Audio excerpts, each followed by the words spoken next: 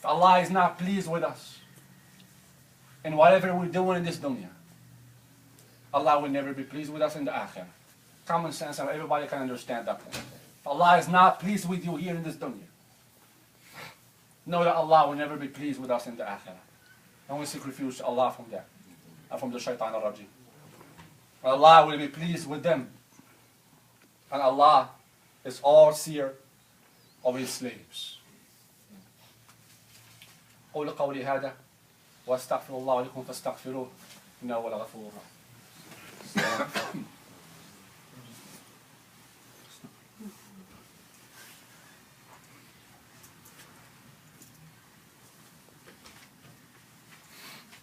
بسم الله الرحمن الرحيم. الحمد لله رب العالمين. الصلاة والسلام على سيدنا محمد وعلى آله وصحبه أجمعين وبعد. العلماء have said that السعادة هبة يهبها الله إلى عباده الصالحين. That the happiness is a gift. It's a gift from Allah. Like I mentioned before, you see a person who's very talented and he's using his talent, but not in a halal way. Or you see a person who is wealthy. Allah has blessed him with many blessings, but he's not happy. But the only true happiness is a gift from Allah. And not everyone is the same. Not everyone is the same. Allah subhanahu wa ta'ala can provide and give the gift of happiness to half of the people of this masjid, or maybe none.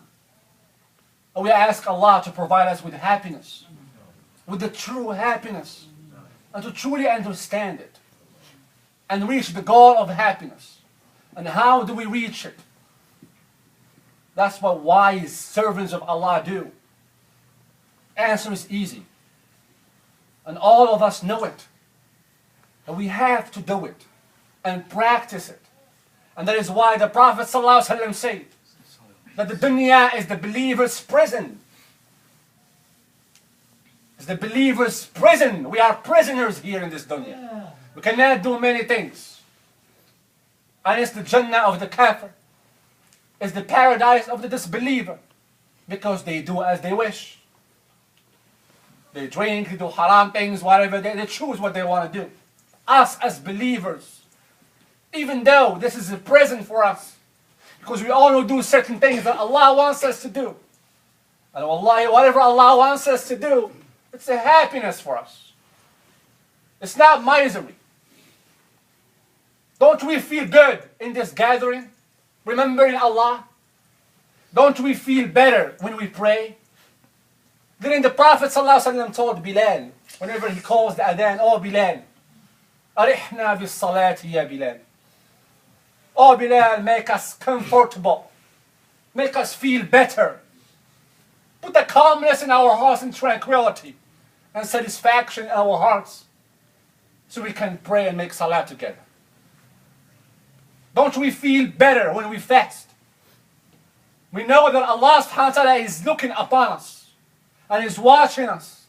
And in the summertime everybody is sweating and the kuffar are drinking and having fun and eating. But us Muslims are fighting against our desires. And we cannot open the fridge and see that cold bottle of water. We cannot put it in our mouth. We are in the prison. But we go to Hajj and we do certain things that Allah subhanahu wa ta'ala wants us to do. And we feel tired and exhausted. But later on, after a while, you feel that feeling in your heart that you never feel before. That's happiness. That's the tranquility. That's the true happiness. Not just following the dunya. Rasulullah sallallahu alayhi wa sallam says, من كانت الدنيا همه فرق الله شمله. وفي رواية شتت الله شمله وجعل الفقر بين عينيه وما أوتي له من الدنيا إلا ما كتب الله له. ومن كانت الدنيا من كانت الآخرة نيته جمع الله شمله وجعل الدنيا تأتيه وهي راغمة. And the Prophet ﷺ said that whomever is running after the dunya or the dunya is between his eyes, Allah subhanahu wa ta'ala will divide things from him. Allah subhanahu wa ta'ala will destroy everything for him because he's following the dunya.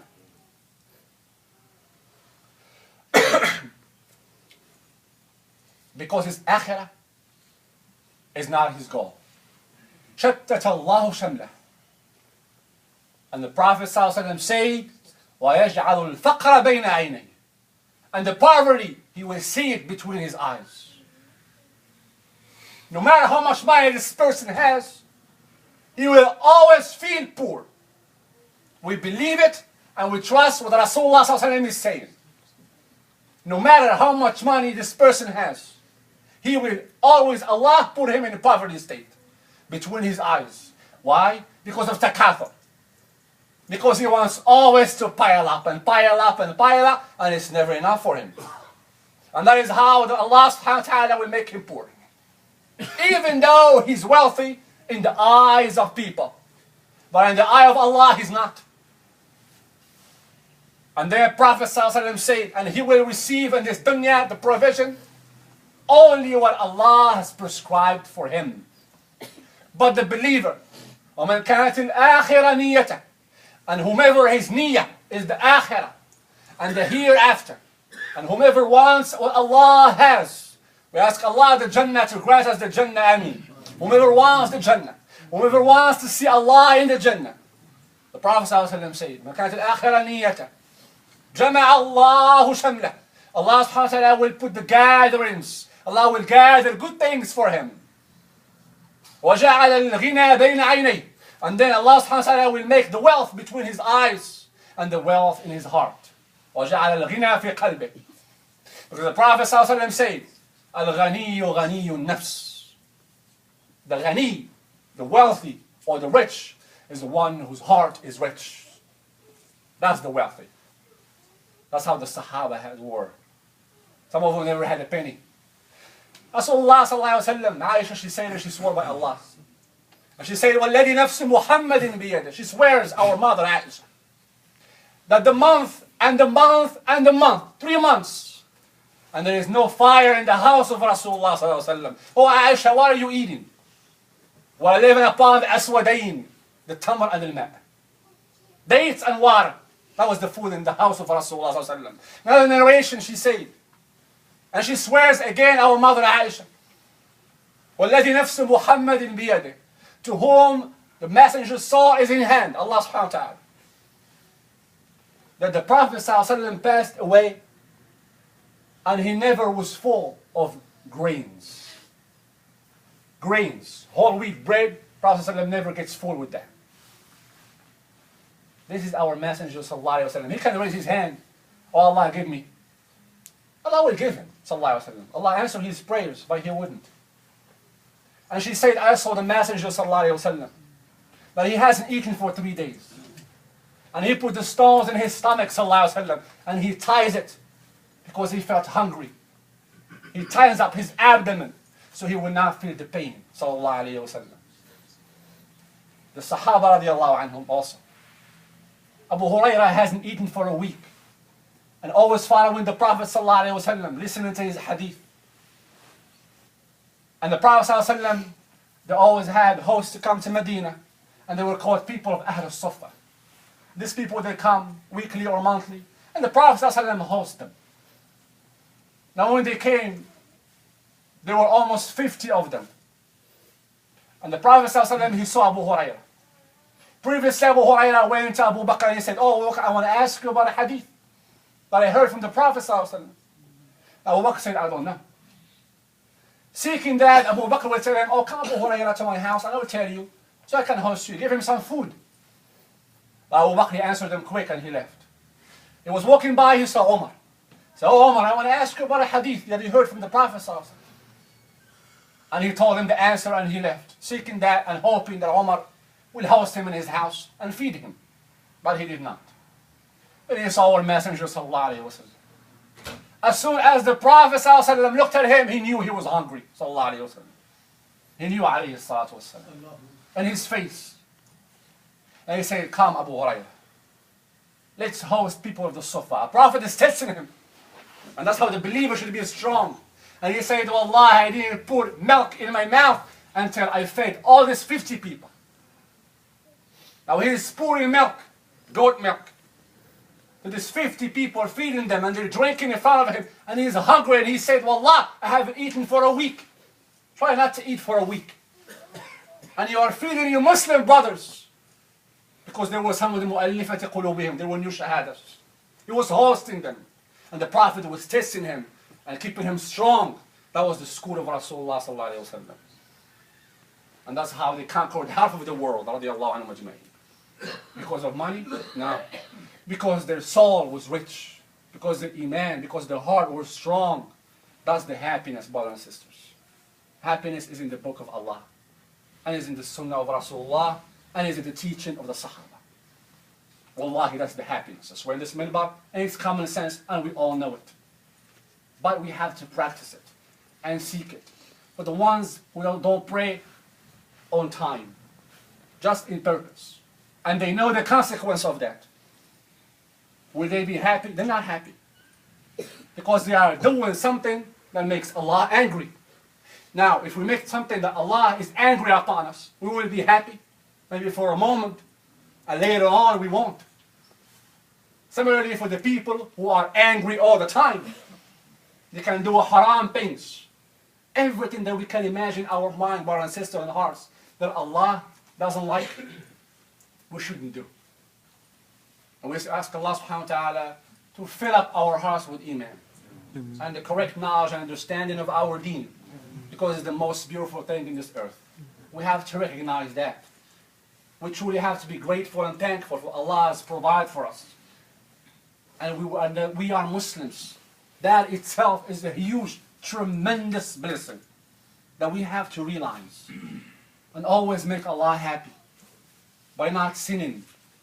By not praying not on time, just in purpose. How can we pray not on time, in purpose? And we know that Allah is saying in the Quran, وخلف من بعدهم خلف أضاعوا الصلاة واتبعوا الشهوات فسوف يلقون غيا ويل للمصلين الذين هم عن صلاتهم ساهون. There are many ayahs in the Quran. Allah subhanahu wa ta'ala is saying, خلف من بعدهم خلف. The predecessors, they come after them. Certain people come after. What they do? They lost their salat. After losing their salat, what's next? Allah is saying they follow the shahawat. When you forget about your salat, you're always going to follow the money. You are going to follow something that you crave. But so, what is the result, brothers and sisters? Read Surah Maryam. The result is, فَسَوْفَ يَلْقَوْنَ غَيًّا. What is غَيّ? غَيّ is a lake in hellfire. Just by making you salah late. Allah subhanahu wa ta'ala might punish us if we make our salah late. We ask Allah subhanahu wa ta'ala, and I advise myself before you, brothers and sisters. We have to take our deen seriously and do the best we can to teach our kids and wives about what is this deen is about. Because remember, always remember, put it between your eyes that Allah will ask you about your children and about your wives. And a quick nasiha for the brothers who know that their wives are now wearing hijab. Please advise them that hijab is mandatory upon our sisters. And if they don't make dua, may Allah guide them. Or may Allah guide all the sisters to wear hijab. Always make dua. Allah subhanahu wa ta'ala will apply. Allah subhanahu wa ta'ala will answer.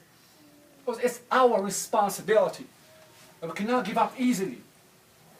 As long as you go and have a job interview.